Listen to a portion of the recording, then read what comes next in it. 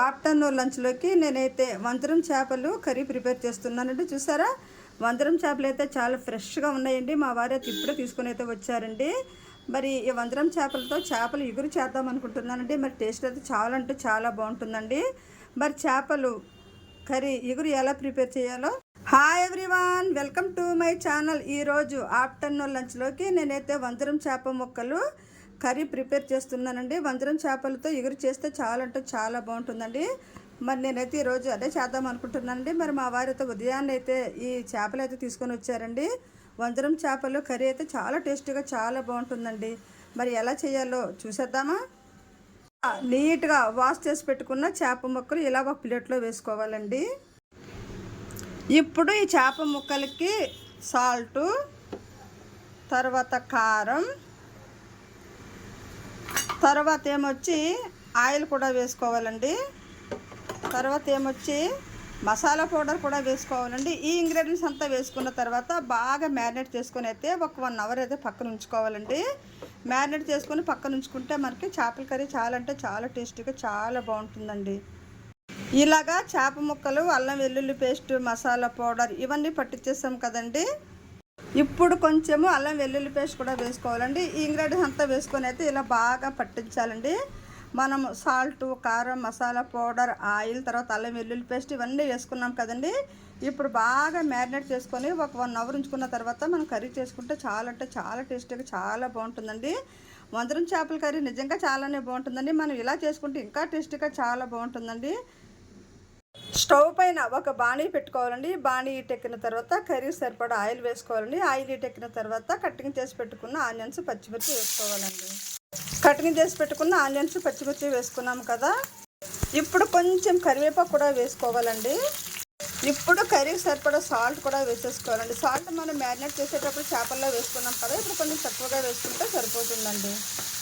ఇప్పుడు light golden కలర్లోకి వచ్చినంత వరకు అయితే ఫ్రై చేసుకోవాలండి. ఆనియన్స్, పచ్చిమిర్చి, కరివేపాకు ఇవన్నీను. నేనైతే ముందుగా అల్లం, వెల్లుల్లి, ఆనియన్స్, మసాలా ఇంగ్రీడియంట్స్, జీరా, ధనియాలు ఇవన్నీ అయితే ముందుగా నేనైతే ఇలా మిక్సీ పట్టేసుకున్నానండి. పచ్చిమిర్చి ఇవన్నీ బాగా ఫ్రై అయ్యాయి కదండి. ఇప్పుడు మనం రెడీ చేసి పెట్టుకున్న మసాలా ముద్ద కూడా వేసేసుకోవాలండి. మసాలా ముద్ద అంతా వేసేసుకున్నాం కదండి. ఇప్పుడు ఈ మసాలా అంతా బాగా ఫ్రై అవ్వనివ్వాలండి. ఇప్పుడు ఒక 3 టమాటాలు ఇలా మిక్సీలో మెత్తగా పేస్ట్ చేసేసుకోవాలండి. ఇప్పుడు ఒక 3 టమాటాలు ఇలా మిక్సీలో మెత్తగా పేస్ట్ చేసేసుకోవాలండి. చూసారా, మనకి మసాలా బాగా ఫ్రై అయిందండి. చూసారా, బాగా మసాలా అయితే ఫ్రై అయిందండి. ఇప్పుడు మనం మ్యారినేట్ చేసి పెట్టుకున్న చేప ముక్కలు, ముందుగా మనం మ్యారినేట్ చేసి పెట్టుకున్న చేప ముక్కలన్నీ ఇప్పుడు ఇలా వేసేసుకోవాలండి. ఒకసారి కలుపుకుంటే ఈ చేప ముక్కలకి మసాలా ఇంగ్రీడియంట్స్ అంతా బాగా పడుతుందండి. కారం ఇంకా కొంచెం వేసుకోవాలండి. ఫస్ట్ వేసుకున్నాం కదా, అయితే సరిపోదండి. ఇప్పుడు మళ్ళీ వేసుకోవాలండి కారం. చూసారా, మనకి చేపలు అయితే కొంతసేపు మసాలాలో బాగా మగ్గాయి కదండి. ఇప్పుడు మనం మిక్సీ పట్టుకున్న టమాటా రసం కూడా వేసేసుకోవాలండి. ఇప్పుడు కదా, ఇప్పుడు ఒకసారి అయితే ఇలా బాగా కలుపుకోవాలండి. టమాటా రసం వేసుకున్న తర్వాత ఇలా బాగా కలుపుకొని ఒక 5 నిమిషాలు ఇలా ఉంచుకోవాలండి.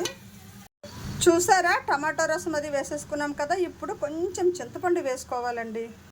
ఇప్పుడు ఈ కర్రీలో చింతపండు వేస్తే చాలా టేస్టీగా చాలా అంటే బాగుంటుందండి. మరీ పుల్లగా కదండి, కరెక్ట్గా సరిపోయేటట్టుగా చింతపండు అయితే వేసుకోవాలండి. మనము కర్రీ అయితే అదిరిపోతుందండి. చాలా అంటే చాలా టేస్టీగా ఉంటుందండి మనకి వంజరం చేపల కర్రీ.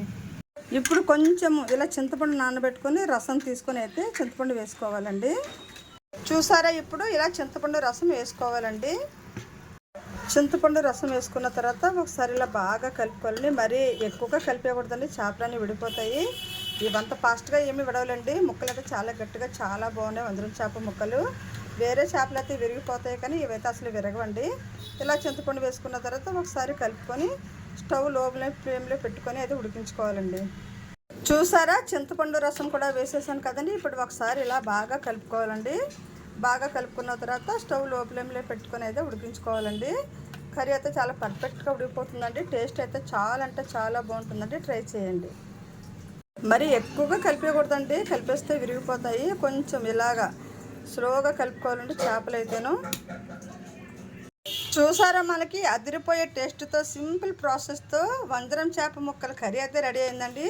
మరి ఈ కర్రీ మనకి చాలా అంటే చాలా టేస్టీగా చాలా బాగుంటుందండి. వేడివేడి రైస్లో కానివ్వండి, చపాతీలో కానివ్వండి, దోశలో కానివ్వండి, దేంతోనైనా సరే కాంబినేషన్గా చాలా అంటే చాలా బాగుంటుందండి. చూసారా కర్రీ అయితే మనకి ఎంత పర్ఫెక్ట్గా వచ్చిందో, టేస్ట్ అయితే అదిరిపోతుందండి. మరి ఈ కర్రీ మరి మీరంతా కూడా ట్రై చేయండి. మరి టేస్ట్ అయితే అదిరిపోతుందండి, చాలా బాగుంటుందండి. మరి ఈ రెసిపీ కనుక మీకు నచ్చితే లైక్ చేయండి, షేర్ చేయండి, మరి నా ఛానల్ అయితే సబ్స్క్రైబ్ చేయండి. చూసారా కర్రీ అయితే ఎంత పర్ఫెక్ట్గా వచ్చిందో. నెల్లూరు చేపల పులుసు, గోదావరి చేపల పులుసు అంటారు కదండి, మరి మనకి ఇది వైజాగ్ చేపల పులుసు అండి. వైజాగ్ చేపల పులుసు కూడా చాలా అంటే చాలా టేస్టీగా చాలా బాగుంటుందండి. చూడండి. ఓకే అండి, బాయ్ అండి. ఈ రెసిపీ నచ్చితే మరి లైక్ చేయండి, షేర్ చేయండి, నా ఛానల్ అయితే సబ్స్క్రైబ్ చేయండి. ఓకే అండి, థ్యాంక్ యూ వెరీ మచ్ అండి.